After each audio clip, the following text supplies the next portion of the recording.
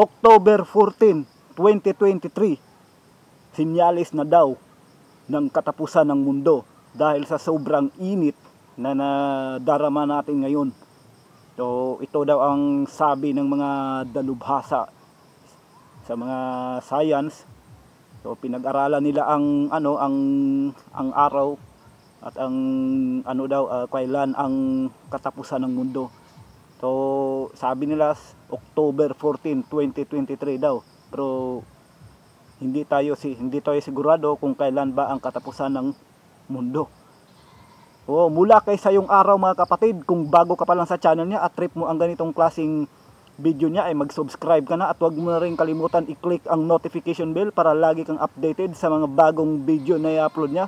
Ilalagay ko dito ang link video sa aking description box dito sa baba para pakibisita. Hinihikayat ko kayo na bisitahin ang channel, ang YouTube channel ni Sayong Araw mga kapatid. So napakaganda ng content niya. Hindi lang ito ang malulupit na mga content niya, mga video niya. Mayroon pa siyang maraming mga video na siguradong mamamangha ka talaga sa kanyang magpakagaling na pagpapaliwanag at mga gumugulo talaga sa iyong isipan. At huwag mo na rin kalimutan mag-subscribe sa channel mo at i-click mo na rin ang notification bell para whenever na may bago tayong video na i-upload at maging updated ka sa ating bagong reaction video na i-upload ko araw-araw. At huwag na nating patagalin pa mga kapatid. Total wala naman na rin tayong hinihintay na. Simulan na natin. Mainit, naglalagablab na ring of fire ang makikita sa kalangitan ngayong Oktubre. Ano nga ba ito? Isa na nga ba ito sa mga sinyalis ng katapusan ng mundo? Atin itong pag-usapan, mga kaibigan. Ayon sa sitedecdaily.com, huwag kakalimutan daw na magkakaroon ng Ring of Fire solar eclipse at ng buwan, Jupiter, Saturn at Venus. Ang Oktubre 2023 ay nag-aalok ng isang espesyal na celestial threat na may kapansin-pansing Ring of Fire solar eclipse, kamanghamanghang alignments ng mga planeta at ang paglulunsad ng Psyche mission ng NASA upang imbestigahan ang isang natatanging asteroid. Ayon pa sa balita, ito ang mga highlights sa kalangitan ngayong October 2023. Ang Ring of Fire solar eclipse sa buong Amerika sa October 14 ay ang pangunahing highlight ng buwan na ito.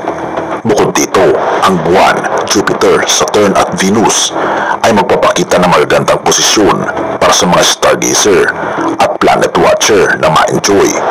Ano ang hanapin? Isang partial solar eclipse. Ang mga manonood sa loob ng makitid na bahagi ng Amerika ay matutuwa sa isang Ring of Fire eclipse sa araw ng October 14. Ngunit ito nga ba talaga ay nakakatuwa?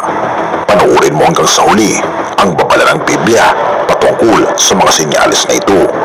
Habang ang buwan at mga planeta ay magpapakita ng kamanghamanghang mga posisyon sa kalangitan ng Oktubre.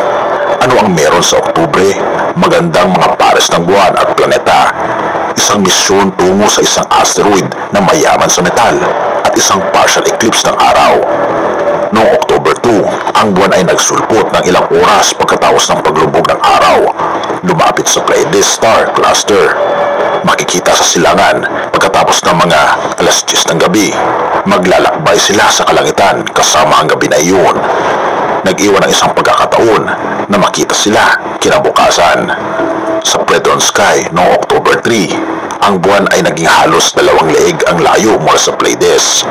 Habang ito'y gumagalaw ng kaunti sa kanyang orbit sa paligid ng Earth, nasumpungan sila sa mataas na kalangitan sa timog kadluran kasama ang Jupiter at ang malamang pula at malalaki na bituin na Aldebaran sa Taurus. At ngayong October 10, masusumpungan ang Venus sa silangan bago sumiklab ang araw, kasama ang manipis na crescent moon at sa pagitan nila ang malamang puso ng leon, ang bluish-white star na Regulus. Sa October 23, makikita patungong timog 1 oras o 2 oras pagkatapos ng paglubog ng araw Mahanap mo ang buwan na nag-illuminate ng 70% na makikita malapit sa ilalim ng planet Saturn. Ang kanilang malapit na posisyon sa kalangitan ay magpapadali sa telescopic view ng dalawang sikat na pagmamasid sa kalangitan na ito. Kinabukasan ito'y malapit pa din sa buwan, ngunit ito'y naikutan sa silangang Saturn. Sa sky chart, makikita ang buwan na nasa ilalim ng Saturn sa kalangitan sa October 23.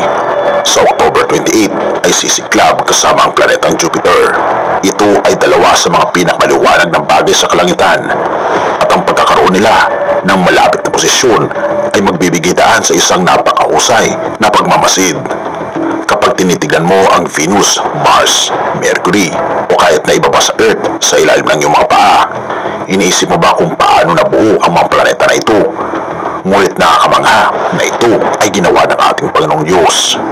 Ngayong buwan na ito, naglulungsad ang NASA ng isang spacecraft upang hanapin ang mga bagong kaalaman tungkol sa kung paano nade-develop ang mga terrestrial daw na planeta, dahil hindi sila naniniwala na ang ating mundo ay ginawa ng ating Panginoong Diyos. Ang Psyche spacecraft ng NASA ay naasahang ilulunsad ngayong Oktubre para sa kanilang multi-year na misyon tungo sa isang asteroid na may parehong pangalan na tinatawag na terrestrial. Ito ay ang unang misyon papunta sa isang asteroid na mayaman sa metal na maaaring bahagi ng interior ng isang planetesimal, isang unit na bumubuo ng isang bato na planeta. Ang asteroid na Psyche ay maaaring maging iba't ibang uri ng iron-rich object na hindi pa nakikita dati. Anuman ang magiging kwento nito, inaasahan na ang misyon ay magpapakita sa atin kung paano na-develop ang core ng Earth at ng iba pang mga terrestrial na planeta na ayon sa siyensya. At sa October 14, may pagkakataon ang mga taga-subaybay ng eclipse sa Amerika na makakita ng espesyal na uri ng eclipse. Ito'y solar eclipse na tinatawag na annular eclipse, isang path na may sukat na mga 125 miles. Ang araw ay magmumukhang isang makitid na bilog ng ilaw na madalas na tinatawag na Ring of Fire, at ito ang pinaka-highlight ngayong Oktubre. Ang Ring of Fire, ang makitid na bilog na ito ay kilala rin bilang Annulus na nagbibigay ng pangalang ito sa uri ng eclipse na ito. Nangyayari ang solar eclipse kapag pumapasok ang buwan sa pagitan ng Earth at ng araw, at tinatakpan ito ang kahit bahagi ng araw sa kalangitan. Kapag ang buwan ay tumatakip ng lubusan sa araw, makakita tayo ng total eclipse, pero minsan ang buwan ay medyo malayo sa kanyang orbit kapag nangyayari ang isang eclipse, kaya't ito'y nagmumukhang medyo mas maliit sa kalangitan at medyo maliit na hindi sapat na takpan ang araw. Kapag nangyayari ito, ito'y tinatawag na annular eclipse.